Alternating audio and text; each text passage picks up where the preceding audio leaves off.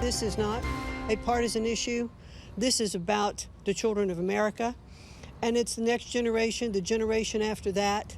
And if we want to have our leaders, if we want to have that next group of engineers and doctors and lawyers and plumbers and electricians and HVAC operators, then we need to focus on how they can best have their education.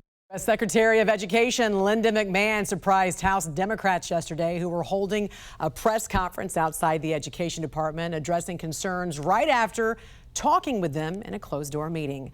And joining us this morning is Secretary McMahon, who is now officially 1 month into a job the president hopes she can put herself out of one day. Good morning to you, Madam Secretary. Thanks for joining us. Good morning, Janice. Nice to be with you. Thanks for having me. Of course. First, tell us about that meeting you had with Democrats yesterday, and what is the timeline here to try to shut down the department?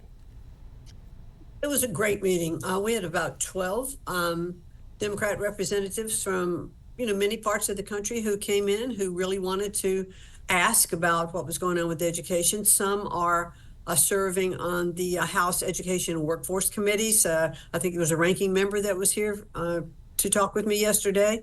So it was a very good, open, thoughtful conversation, and I appreciated their coming over.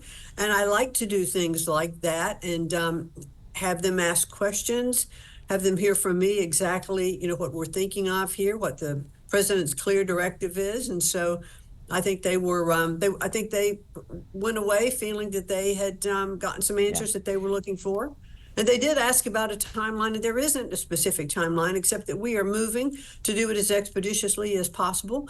But clearly, we're doing it so that there is no harm going for any funding for any of the special projects like Title I funding, like our funding for our special needs children. So none of that's going to be impacted. That was important for them to hear. Yeah, and states are ready to overhaul what they say is America's broken education system, especially after Trump said he would be sending $1 trillion federal education dollars back to the states.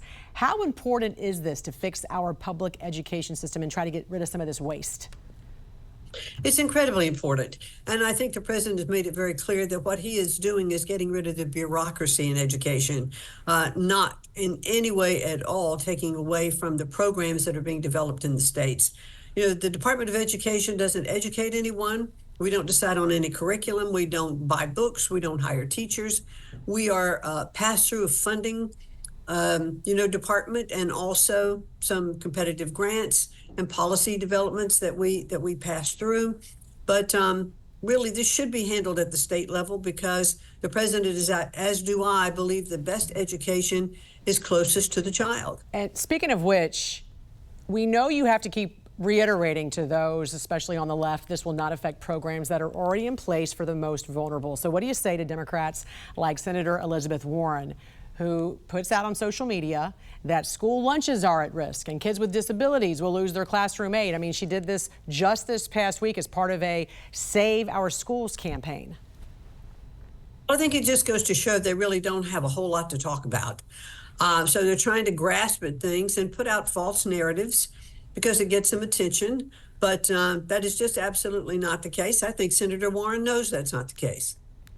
Well, let's talk about the billions in federal funding to some of these Ivy League schools. How about it? Because the administration is reviewing billions of dollars in contracts and grants awarded to Harvard and Columbia University as part of this crackdown on anti-Semitism and pro-Hamas demonstrations on campus. Tell us more about this.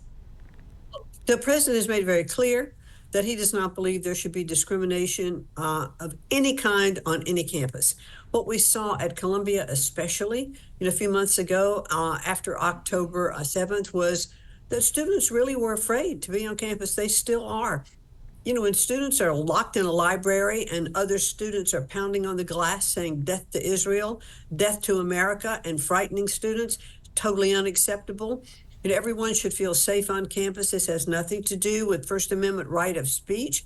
This is a civil rights issue. This is a matter of safety on campuses. And we're not going to stand for it. So universities are on notice. Their funding is in peril. Some of the funding we have removed already from Columbia. Now we're negotiating, I think, in good faith so that measures are being taken to help restore that funding. Speaking of funding, you have warned public schools across the country they have to comply with parental rights laws and reveal any educational records, including documents related to a student's gender identity.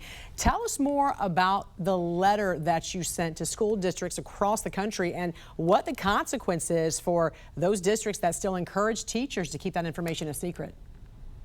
It's absolutely against the law. FERPA is in place, and then what that means is that parents have the right to see everything that's part of their children's files.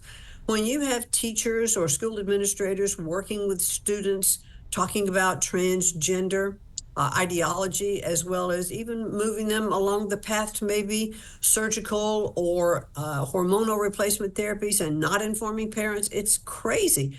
You can't give a child an aspirin at school without parental permission, and yet you could go do this and talk about transgender and hide those or put them in separate files. No, it's totally against the law, and under the FERPA regulation, we're going to uphold and enforce that. Secretary of the Department of Education, Linda McMahon, always great to see you. Thanks for joining us. Thank you so much. Thanks for having me.